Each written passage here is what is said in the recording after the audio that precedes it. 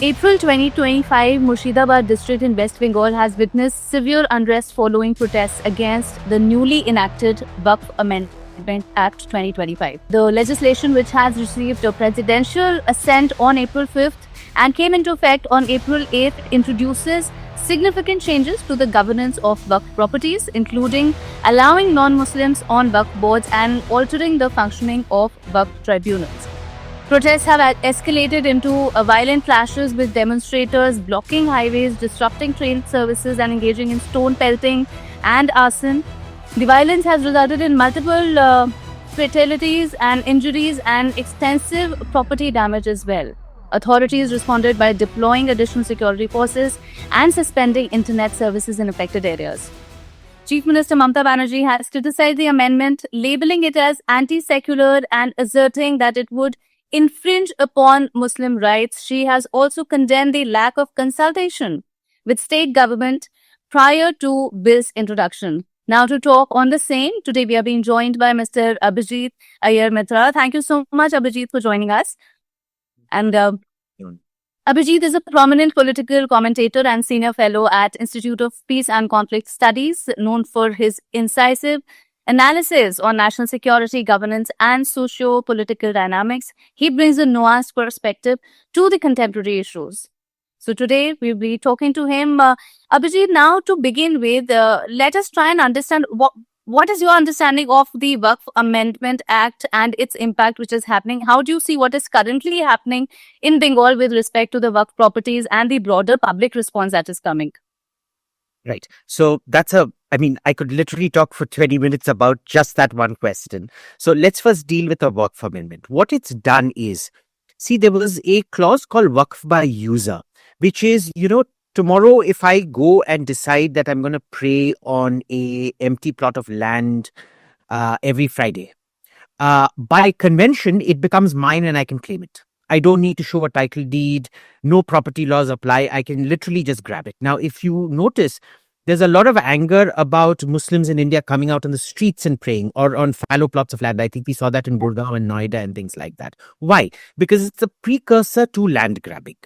In Old Delhi, you actually see this by both communities where, Hindus or Muslims, they'll set up a little temple or a mazar. Now, you don't know who the hell is buried in that mazar. But once it's been set up, you can go grab that 10 feet. I mean, if you've been to Old Delhi, you'll see the roads are very narrow. But even in that narrow plot, there is land grabbed. Now, once the Hindu grabs the land, there are all kinds of legal recourses. But once the Waqf claims that land, there was no legal recourse to it. Now, 4 lakh out of 8 lakh Waqf properties are this kind of Waqf by user, which is essentially a grabbed piece of land. All right. Now, what this has done is, it doesn't negate the use of the land. You can still go pray and things like that. It's just that you can't claim the land after that. You can't say, well, our ancestors have been praying here for the last 20 years. Therefore, this land is mine. And then Waqf issues a notification. It belongs to Waqf. And that's it. Absolutely. This is number one. I might be Divya. I can't put a claim to it. I might be any social government, anybody. I can be India and still I will not be able to say this is my land. It creates a complete negation of the laws of evidence and jurisprudence on ownership with regards to just one particular community. Right? Yeah. Now, given that our secularism is dharma nirpeksh, you literally can't do that. So it violates the fundamental secularism principles of that this thing. The second thing is that this is a property management board. This isn't a religious board. Yeah. So out of the 22 seats on the board, 8 have to be Muslim because those are the religious scholars and scholars of Islamic jurisprudence and things like that who sit out there.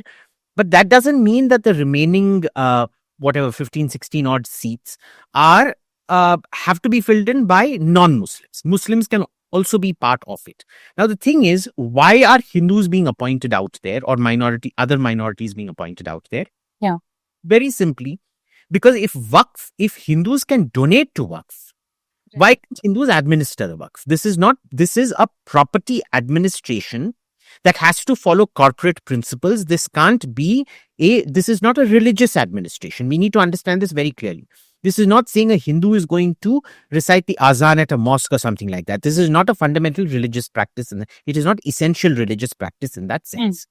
Yesterday, what happened at the court hearing was that my interpretation of it is the CJI realized there's probably going to be very significant rioting if the land grabbing isn't ascended to. So he asked the Solicitor General for a way out, saying, what is the categorization based on? Yeah. Which Tushar Mehta could not respond to adequately. And the second one was the question of Hindus sitting on the board, which again could not be responded to adequately, because again, the points that I made were not made in court. I don't know why it was not done, but it wasn't done. Second, let's come to Murshidabad in Bengal. Now, see, unlike Punjab, where the partition was, there was almost an equivalent exchange. In Bengal, there was no such equivalent exchange. It was overwhelmingly Hindus coming in from Bangladesh, or what was East Pakistan at the time. And only about, say, 6 lakh families went in, Muslim families, Muslims, not families, left for East Pakistan at that time. So it was never an equal division in Bengal, number one. Second, we need to remember Murshidabad was given to India because it clearly had over 50% Hindus living out there. Today, Murshidabad is 70% Muslim. Now, even allowing for the natural birth rates of Hindus and Muslims, if you go through the Bengal censuses, or rather the census of India done in Bengal, you look at the birth rates and things like that, it still does not support a 70% Muslim population in the Murshidabad MP district, the parliamentary constituency today. So clearly there has been a lot of infiltration that has happened from Bangladesh to India in that period. In fact, if you go through the 1961 census, it had already become 58% Muslim. Okay. And remember, the 61 census was done based throughout 51 and 61. And even by 51, it had become a Muslim majority area. Yeah. Right. So there had been all these issues out there. The third thing we need to remember is, look, Sunni Muslim polity in India ossified in 1857. It remains feudal. It is based on, the relationship between the feudal lord and the fiefs, because none of these Waqf properties have ever been used for the benefit of the community. Yeah. It is given out by people who sit on the board to their chamchas and whatnot and what have you, for rents, for putting up new buildings, which they get a lot of money out of and things like that. There is zero accountability out here. Now, being one of the largest property owners in India, if most of your community are consumed to ghettos and slums and things like that, there is something fundamentally very wrong out here where the property management is not being done properly. You haven't set up a Muslim children's education fund. What exactly is that Waqf land for? There are lots of questions regarding this. The point is the feudal elite want to protect their power. And the tool of political negotiation of Sunnis in India has always been street power, which is what is getting mobilized in an area like Murshidabad. What is happening with the government is two different things. Understand, violence in India is never spontaneous. It is all. So here, I did want to ask you also. Now, Chief Minister Mamata Banerjee has very conveniently this act anti-secular, and also she is heavily criticized the center as well. Now, she has not commented at all on what is being done to the Hindus or they are being forced to flee, So how do you assess the political dynamics between the state and the central government also in this context? And do you believe that the state governments can format, like this unrest or stoke tensions deliberately to politically oppose the central government? Absolutely. So violence is the oldest tool that has been used in Bengal for a very long time. Remember, people don't realize, this notion of the Bengali Bhadralok being very sweet and singing Hindustani music and reciting Robindro Sangeet, even tea merits a little Robindro lyric or something like that. This is a very cultivated image that only applies to maybe 1% of Bengal.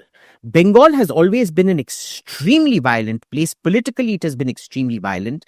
It saw the worst violence during partition, worse than Punjab, in fact. The Kolkata Noakhali riots, I think everybody remembers that. There was nothing compared to that, anywhere close to that in Punjab. Through the 50s and 60s, you saw intense political violence. The entire Naxalism movement happened out there. You have seen waves upon wave of political violence. You have also seen huge amounts of migration happen, which has significantly been curtailed, but has not gone away completely, right? So why else would Mamata Banerjee oppose the BSF setting up fencing, refusing to give them land? I think you saw this report 2 weeks back where the BSF and CRPF were saying that. Yeah. So this has been a consistent problem out there. As for violence, look, it happens in every state where governments actually instigate violence in some form or another to, further their political goals. The problem out here is this is laying the preparatory groundwork for significantly greater violence. Why is it that only Murshidabad started rioting when there are other Muslim majority areas in Kashmir, in Kerala, and things like that who are not rioting? And there are pockets throughout the country. If we talk about Muslim majority areas per se. Yeah, Hyderabad and things like Yeah. that. Is Kaide Millat district in Tamil Nadu, things like that. Why isn't it happening out there? So this is very calculated. It is the polarization that's happening before the 2026 Bengal state election. Now, if you look at what happened in the last election, the Muslims voted en masse for Mamata. And the Hindus in the western part, that is the Bihar bordering areas, voted largely for the BJP. But there was a significant percentage of Hindus, say about 15-20%, who were the swing who kind of tilted it towards Mamata in the last election, and in the general election as well. So what has been happening out here is she wants to consolidate, which is, I think, she wants to consolidate, and that is what is happening out here. This is, there was no generic spontaneous reaction on the ground at all. Yeah. Then suddenly Mamata starts saying we will not let it be implemented. Then the violence starts. So, to quote that famous Twitter phrase, chronology samjhiye. Yeah. Right. So can we say that what Mamata Banerjee is also doing is कि पहले भड़काओ और फिर जाके मरहम लगाओ, something on those lines. Also, there have been reports of communal violence in Murshidabad. Of course, we are talking about that. What do you who do you think specifically is behind these riots? Will it be right to, say this out in the open? Yeah. Look, it's one-sided violence. There is no Hindu and Muslim violence happening out there. It is very clearly Sunni Muslims who are going rioting.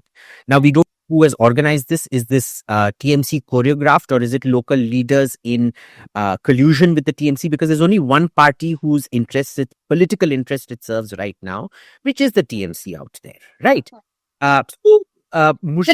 It's too simplistic to say that Mamata Banerjee is losing control of the situation. No. Mamata Banerjee is absolutely not losing control of the situation. Look, I think the entire SR Bommai case, it was very clear that an administrative breakdown does not equal constitutional breakdown. Yeah. Remember, this was the same logic that was applied in Manipur as well. There was an administrative breakdown which does not equal a constitutional breakdown. So it does not merit the imposition of Article 356, which is President's Rule. Article 355, which is taking away the Home Ministry from the state government, again, is based on a constitutional breakdown. Yeah. The constitutional breakdown, see, Mamata came very close to it, saying Waqf will not be implemented. But she didn't say, she said we will go challenge it. So this is a classic case of, hunting with the hounds and running with the hares, where one hand says, do some riots here, make it clear you don't want this act. On the other hand, she's saying, please, we beg you. You saw that video of Mamata Mitra grumbling in front of her Muslim constituents to not riot and things like that. Yeah. She wasn't talking to the Hindus. She was only talking to the Muslims, saying, please don't get angry and riot. I mean, there's already been no riot. There's not been an iota of sympathy for the thousands of Hindu families that have been displaced in Murshidabad, who are now seeking central protection, by the way. This is what the SR Bommai judgment did was it's given a huge amount of leeway to a state government to play with violence but not cross a certain line, keep shifting goalposts and things like that, and literally nothing can happen to you. Yeah.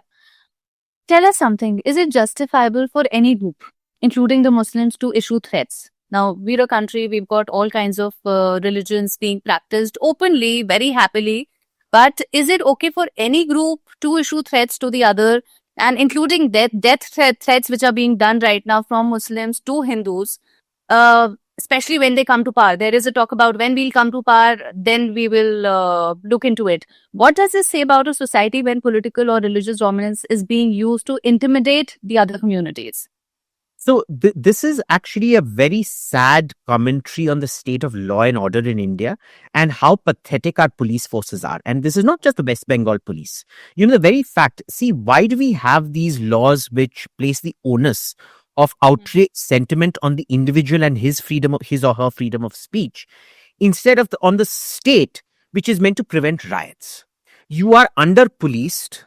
Your jurisprudence is pathetic.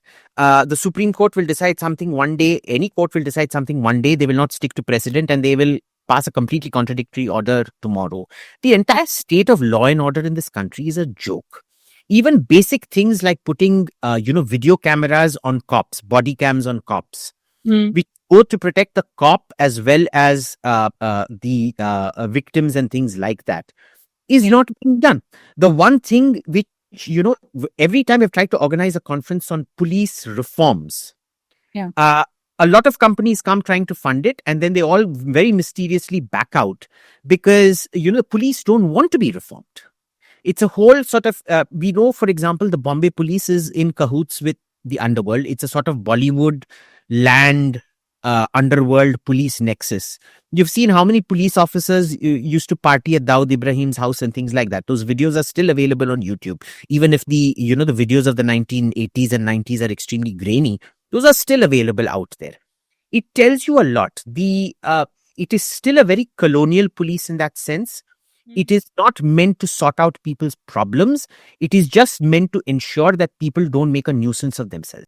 Okay, now talking about communal harmony, now given the recent unrest, what do you think are the potential long-term impacts on communal harmony and social cohesion in this particular region?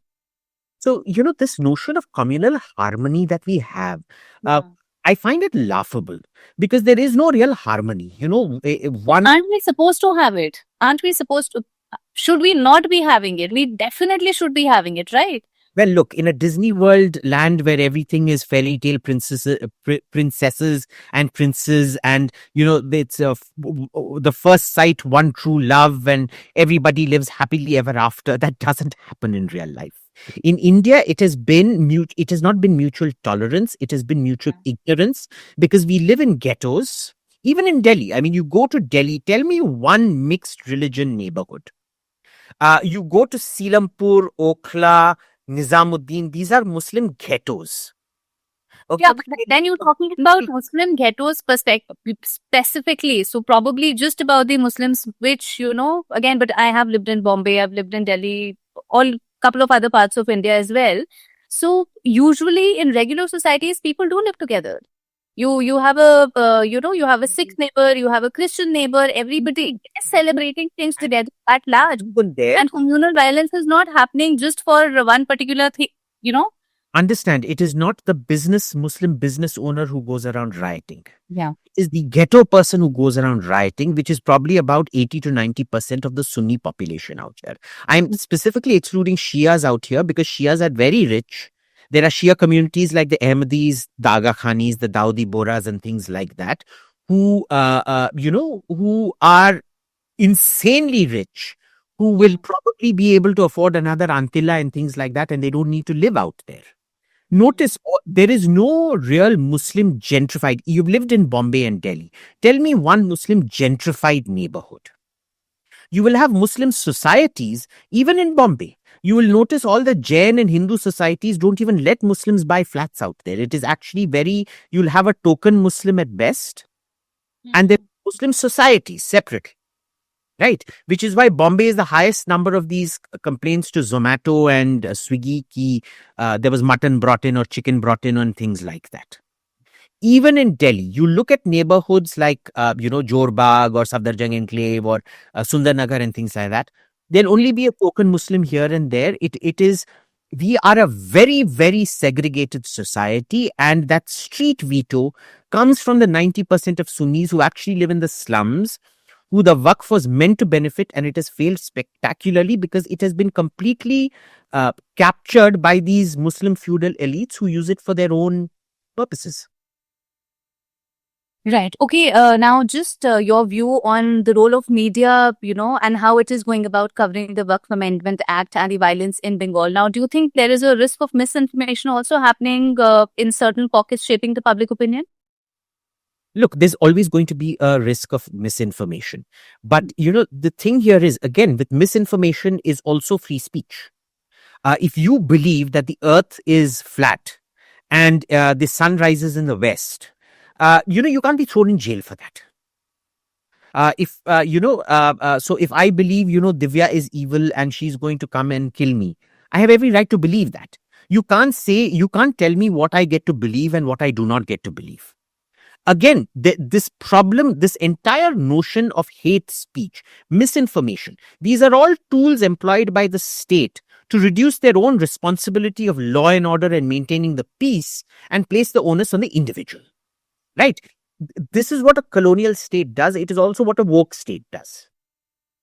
Absolutely. That's a great remark. A woke state also does that. Any closing remarks, Abhijit, before we? The only closing remark is I wish the government argues much better in court.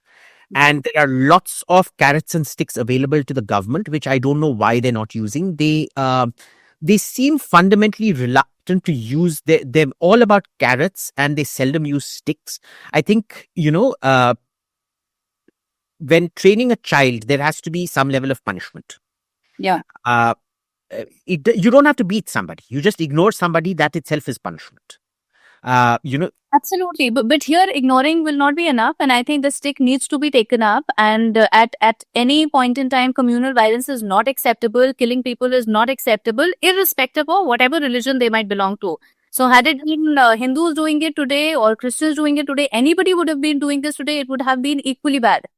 And the fact that it is being done in Bengal needs to be stopped right away, and the state needs to stand up and take Mamata Banerjee needs to stand up there and talk about what is being done to the Hindus as well, that they are being thrown out. But also, let's be clear, Mamata Banerjee will never do that. Remember, she came to power in Bengal based on taking away the Muslim vote and on the street veto, which you saw in the opposition to the Tata and Nano plant in Nandigram.